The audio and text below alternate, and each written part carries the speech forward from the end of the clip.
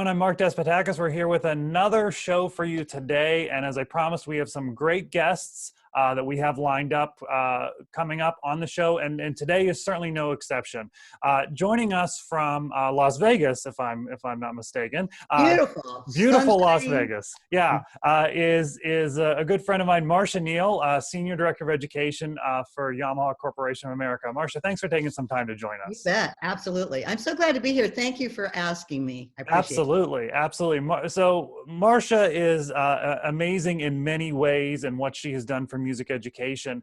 But particularly as we're entering this kind of strange world that we're in right now of figuring out what happens next, she's done a lot of work as far as recruitment and retention.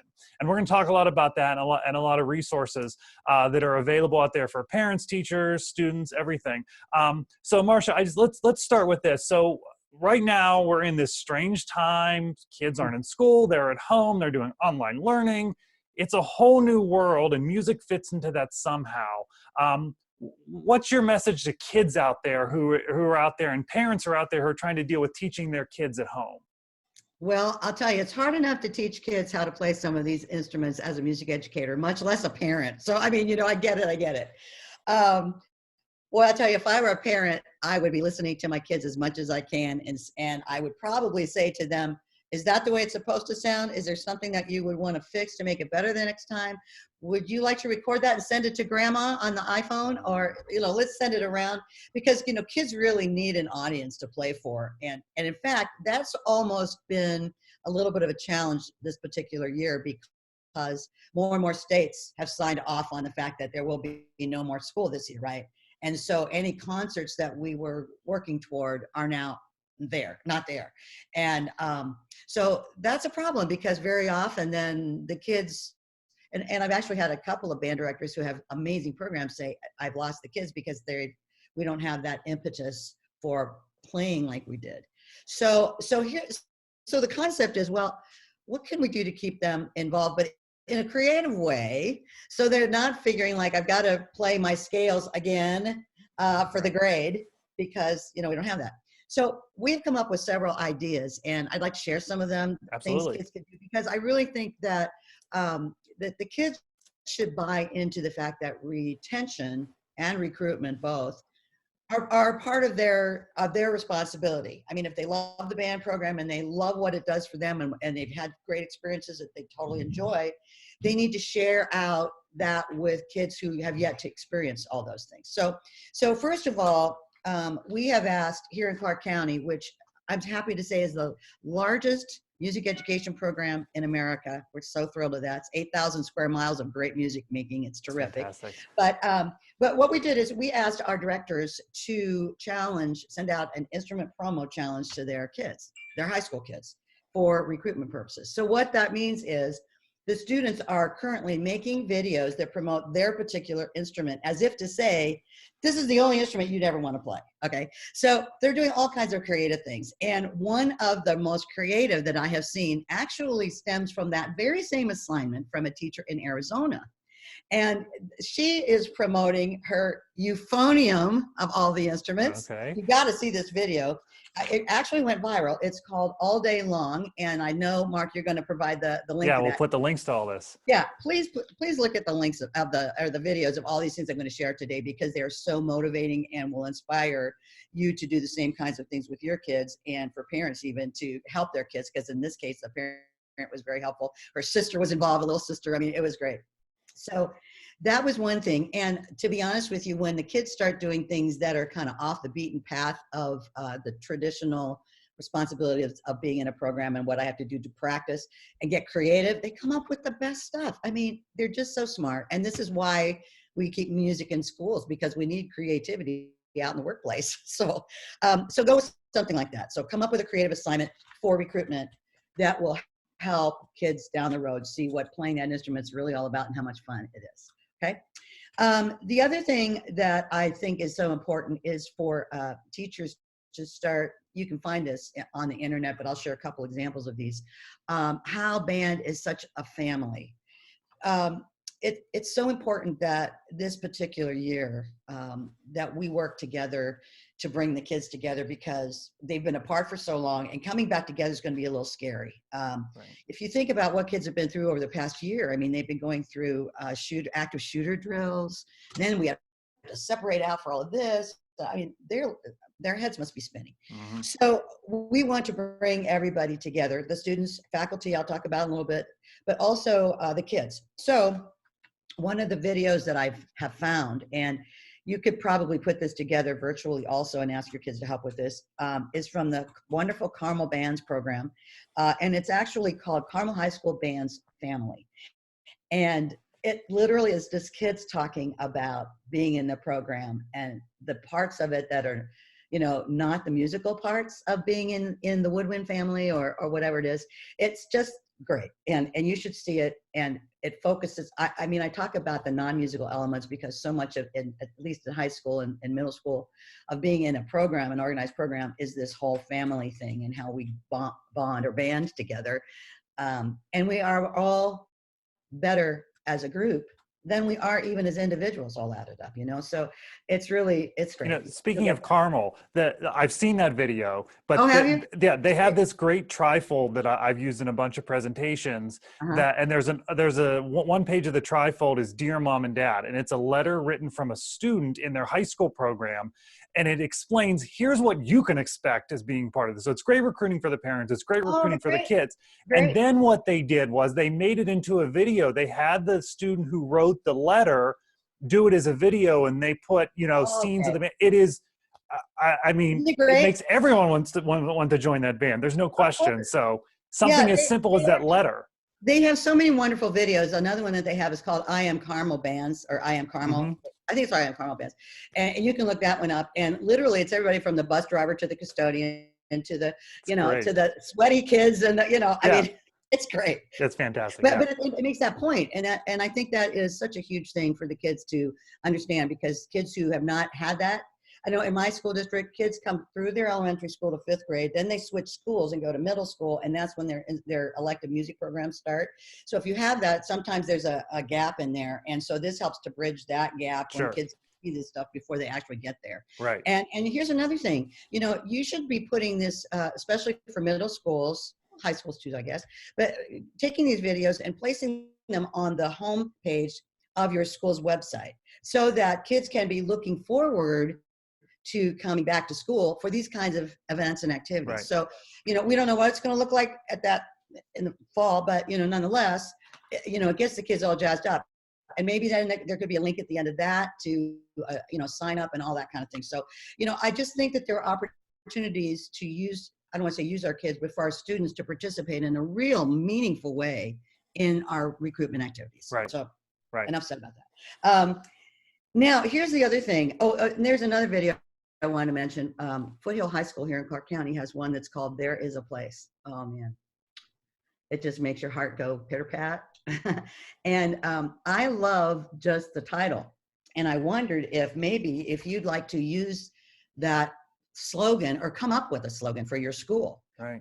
Or for your band program or your music program this year. Call it something. Call it There Is a Place. Call it, you know, something meaningful, because those words say to me, I belong someplace, you know, just those 4 words tell me that I can go somewhere and have a place. So he actually did this really cool video called There Is a Place. And it's a student generated video like Carmel did, where the students wrote down their ideas. And then what they did is they put them into a video format. They have a father, we have a lot of that here in Vegas, who's a video guy. So he put it all together out of the music and all that kind of stuff. But you have that, kids can do that. So, you know. Right. Okay, so There Is a Place, and the link will pop up. And then here's another thing that I think would be so exciting for new kids that we recruit in. I got this idea from athletes who have a signing day.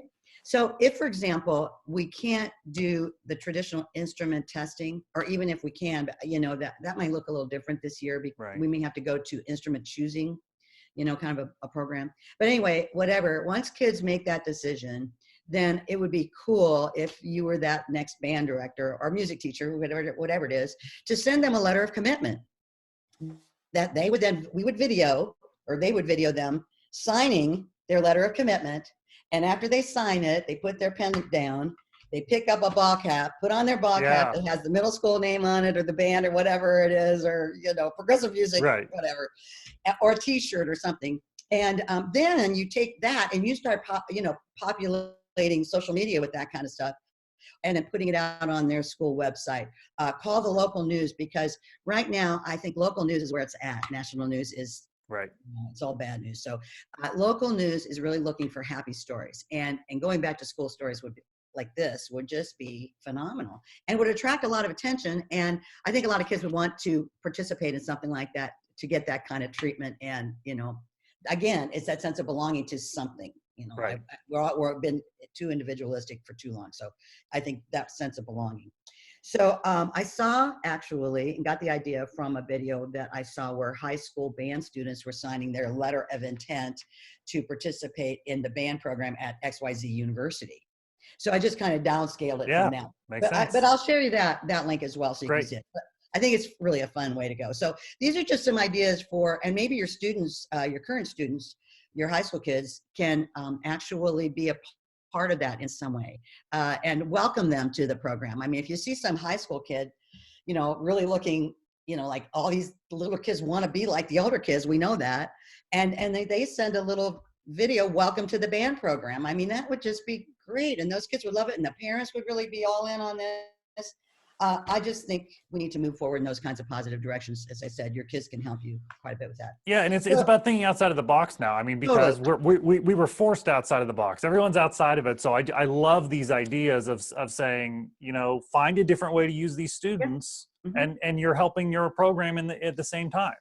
Well, frankly, as a friend of mine said to me, it's going to be a tough year. We know that, but this may be one of the most opportune moments for music education, because kids are going to be looking for this kind of thing. Parents are going to be looking to have their kids involved in things, something other than being at home. So I think we may get a lot of, maybe even more kids participating than we ever would anticipate. So I think we just have to be ready for whatever comes along. But I think outreach is key. Again, so I'm going to share some ideas that I have for that. I've discovered over the years that sometimes there's a lack of communication between the high school band director and the elementary school teacher. And in Texas, boy, those guys have got this nailed. The high school band director teaches beginning band, and then sometimes that's at the upper grades of the elementary school. But in our particular situation, kids go like all the way through 5th grade in elementary, an ORF curriculum and all that, and then they go to middle school elective music, a different building. So my husband's sneezing over here. That's okay. He'll be fine. We love this. We love everybody working from home. We get to we that's had a cat right. in our video last week. We have husband sneezing. It's great. It's okay. Okay, honey, it's all right. Anyway, so the thing about this would be that if you could work with the elementary teachers, get to know them, maybe they could recommend to you the students who they had over thus far this year who have been very promising, or that they've had over the years. This is a student who should be taking violin or should be playing, tuba or something. But find out from them, get to them and say, okay, who are the kids that I need to be reaching out to? And I'm going to do that. Now, the other thing about that is I'm just wondering if you could get all of the contact information from that teacher, if that's allowable. I guess you'd have to probably go to your administrator and let them know that you're starting your aggressive recruitment program now, and you would like to get the names of all the incoming students who are potential band members. But you got to find that out, and then can you reach out to them, and in what way, and what's the situation? Because here's what I'm finding that not only are teachers kind of getting zoomed out on this kind of stuff, parents are really getting tired of getting so many emails from the schools and all that kind of thing. So, you got to be careful in the timing of all of this. I've been working with the Dayton Public Schools in Ohio. They actually are bringing back and have brought back their instrumental music program after, I think it was a 10-year absence, which is great. They're starting it all back up from scratch.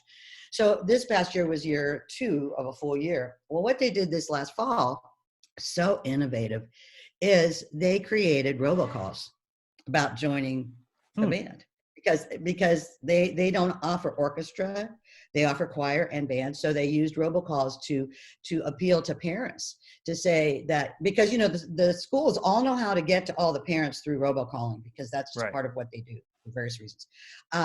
But if you want to establish robocalls, you could do this. And how refreshing would it be to get a non-political robocall about how your kids can, coming back to school? And so let me share with you that students could make those calls. Parents from your booster group, high school people, could be making, or middle school people could be, making these calls also and scripting them. So I think that this would be a great idea to reach out to your community. And frankly, what's going to happen once they do the all clear is people are going to want to go back into the community. And so anytime that I would get a phone call to do a band parade, man, I would be so on it. I would do everything that everybody asked, because this is just going to be part of my service this year. I think we need to adopt a service mentality more this year than ever before. But that would be part of that. So anyway, try the robocalling, talk to somebody in your school district to see if that would work. But, also, as I said, the elementary music teacher. And if you're going to write letters actually to students or parents of potential members, be sure that you include quotes from current band students. Again, this is another thing, to ask your current students, please give me 3 or 4 quotes about being in the band program that you want to share with somebody else. That, and same thing of the band boosters. Keep them involved. What would you say about the program? Because we're going to use some of these quotes, okay? I have a professionally made video that I will share eventually. Mark will put this out through Yamaha. It's a recruiting video, so well made. It's a great opportunity to use about recruitment, and because it's all students. And it's really, what I love about this particular video is it shows a diverse population, and that's wonderful. And the whole video is of kids, and it's called Welcome to Band. And what I love about it is it actually has students saying, welcome to band, here's the trumpet, and they do a little promo on the trumpet. So it's kind of like what we were talking about a little earlier with your own band students doing these promos, but these are professionally made videos that are just great. Another thing that if you can't get your kids to do all these videos for you, that you could perhaps, Mark, supply a link for them to put on their school site, to share. Absolutely. That'd be great. So we're running closely out of time here. Okay. And I know you have a ton of resources that we're going to post all of those. Those are all going to be listed on the website. But what I want to do is I want to get your thoughts on, you talked about the moment we come back, we're going back in some way. This is not going to be forever. As we sit here on, Tuesday afternoon, April 21st, I mean, this will probably change by Tuesday night, April 21st, but what is what's Marcia's crystal ball? I mean, what are you thinking that the back to school time looks like for everyone, teachers, students, parents? Mm-hmm. Well, I think it's just this particular year is just so up in the air right now that there is really no crystal ball to be had. I think as our friend Bob Morrison always says, this is not normal. So we really need to be flexible, because we don't know what's going to happen. We don't know what it's going to look like with ensemble, which of course in French means together, and we're going to be everything maybe but together. People are going to have a lot of fear about that. So I think we need to be very understanding. We need to be locked into the kids' psyche a little bit more, and not only just the kids, the faculty. In fact, I have a feeling principals would love to hear from directors to get ideas. What kind of team building exercises can I help you with when we can all come back to school? Can I do a drum circle or something with the faculty, not just the faculty, but the custodians and the secretaries and the counselors? Get everybody in one room making music together. I think that would just be very healing. I mean, I really expect to see faculty members crying. I see students crying. I just think it's going to be very emotional. And so we have to be really equipped to deal with whatever comes down the road. So I think being flexible is the key.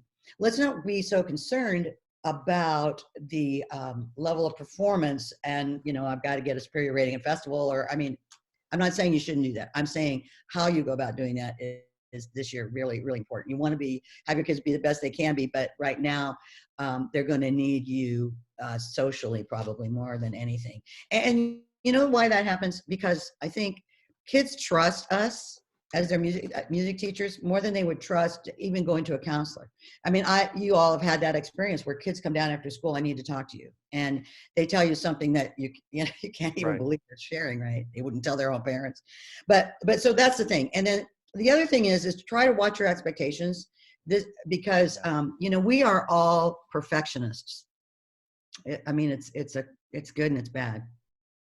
It's good in that we're always trying to be better tomorrow than we were today. It's bad in that, sometimes we have to back up a few steps because of something we have no control over. And man, that's saying a lot this year. Right. So, if you can't start the same number of, say, kids, or well, you start kids, but maybe the same variety of instruments this year because of instrument sharing issues, that kind of thing. Maybe this is the year to invest in it. Every kid gets their own mouthpiece. Maybe, I don't know what it is, but, I think what's in the end is that school districts will tell us what their protocols are going to be. So I don't think I'd get too hung up yet on what you think you're supposed to be doing, because we don't know. Right. So in the fall, when your principal tells you that, you can't have tubas, you can't share tubas because they can't have their own tuba to haul back and forth. Well, then maybe this is the year we just don't start tubas. I mean, until later, maybe later in the year. I mean, I think this is just, if you want to start the big 5 or big 6 instruments, a group of instruments rather than the normal set, it's okay. And I think that's what people need to know. It's just okay to do what fits the need, whatever that need is at that time. Right. So I would not be demanding, this is not the year to ask for another Barry sax necessarily, because your jazz band's going to go to Switzerland, which is something else you need to know about, because, millions of parents have lost their jobs, and we have to be cognizant of the fact there may not be enough, or I shouldn't say enough, but the same amount of available dollars for kids. So that would be everything from, school generated funds to what's coming from the tax funds and all of that, not to mention band fees and so forth. So just be maybe a little bit cautious about those kinds of things. I think that's the huge thing. So my takeaways from there are just being flexible and no matter what. And I just love your point of creating community. That's going to be so, because we're all missing that right now. I would, really the band program of a school, or the music program, I keep saying band and I'm sorry, I really mean the music program of the school can be the centerpiece of everything that happens in that building. The only thing that separates us is the fact that we're way down in the back 40 somewhere, because we're the lousy normal, not lousy, the loud, that's the way I say, the loud people. And so because we're so loud and noisy together, which is lousy, sorry, loud and noisy people, they put us in the back, but we really are the centerpiece of the school. And so we can drive so many things and make people happy. Who doesn't love hearing, music and the drumming? I mean, your kids could be going through the hallways doing drumming patterns and things, as the kids come back to school, as they're coming in the front door, line kids up at the front door, your drumming group, and just have them playing or whatever it is. I have no clue, but just there's lots of ideas out there that I'm sure people will find out from each other. I'm doing this, I'm doing that, and share. Gosh, that would be huge. Mark, if you could just collect all these ideas and put them back out to everybody. It's amazing what I've seen already of folks like you and other leaders on the national level that have really taken up the charge of saying, we're going to help figure this out. And we're just going to start coming up with ideas and sharing them. And we're going to talk about recruitment and retention.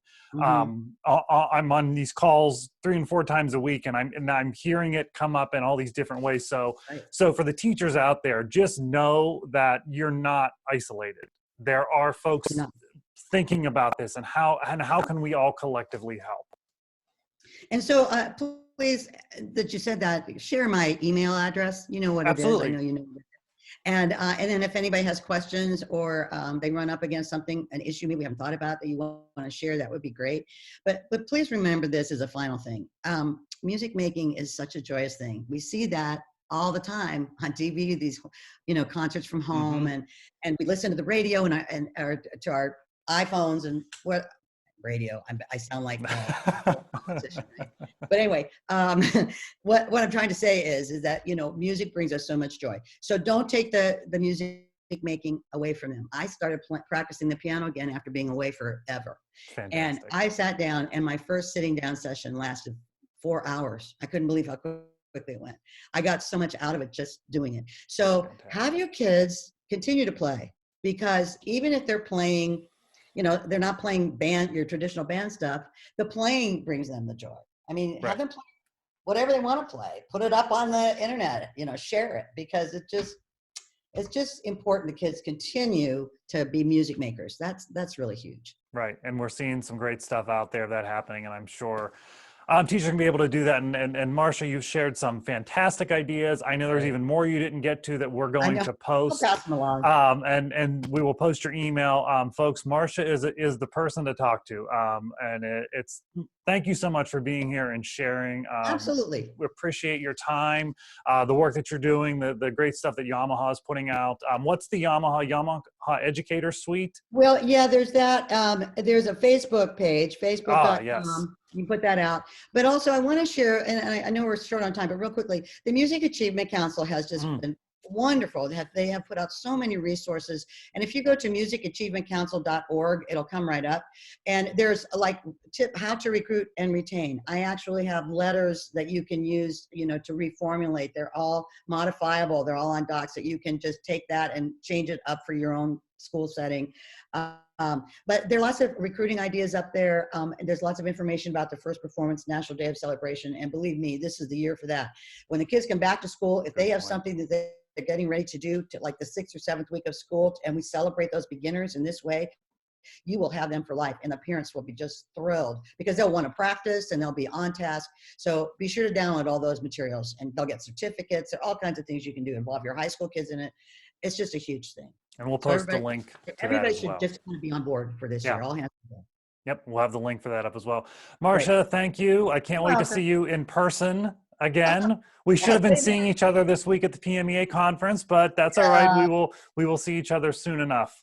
That sounds great. Thanks a lot, again Mark. for doing this. And, bye, everybody. Take care. And thank you all for joining us. We will be back again tomorrow with another episode. I won't tell you who the guest is, but I will tell you that it has something to do with the Olympics. You can probably guess. Ooh. We'll see you tomorrow. Awesome.